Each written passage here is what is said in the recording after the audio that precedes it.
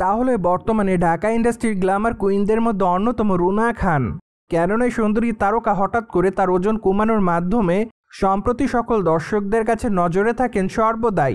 পাশাপাশি বর্তমানে তাকে অবশ্য ওয়েস্টার্ন পোশাকে একটু বেশি দেখা যায়।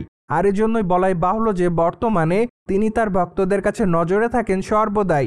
সেই সাথে অবশ্য বর্তমানে ওটিটির পর্দায় নিয়মিত কাজ করছে তিনি। পাশাপাশি অবশ্য সামাজিক যোগাযোগ মাধ্যমেও সর্বদাই অ্যাক্টিভ দেখা যাচ্ছে ঢাকা ইন্ডাস্ট্রির এই সুন্দরী তারকাকে।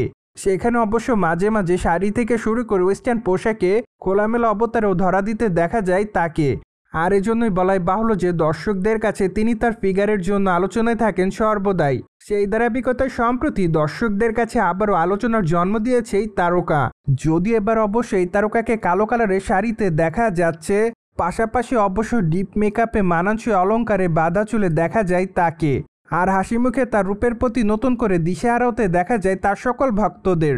তাই তো বলাই বাহুল্য যে তার প্রকাশ করা ফটোজের কমেন্ট বক্সে অনেকে তাকে আগুনের ইমোজি দেয়, পাশাপাশি অনেকে আবার তাকে গর্জিয়াস বলেও দাবি করে, আবার অনেকে লিখেছে জাস্ট ওয়াও, পাশাপাশি অনেকে আবার তাকে মাই লাভ বলে উল্লেখ করেছে।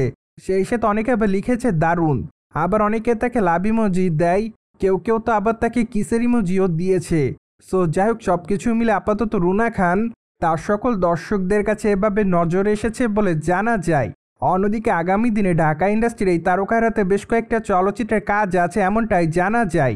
পাশাপাশি অবশ্য ওটিটির পর্দাতে অভিনয় করতে দেখা যাবে তাকে, যার প্রেক্ষাপটে আগামী দিনে অবশ্য তাকে মোশাররফ করিমের সঙ্গে কাজ করতে দেখা যাবে, তাও আবার মোশাররফ করিমের বহুল আলোচিত ওয়েব সিরিজ বহেমিয়ান ঘোরাতে।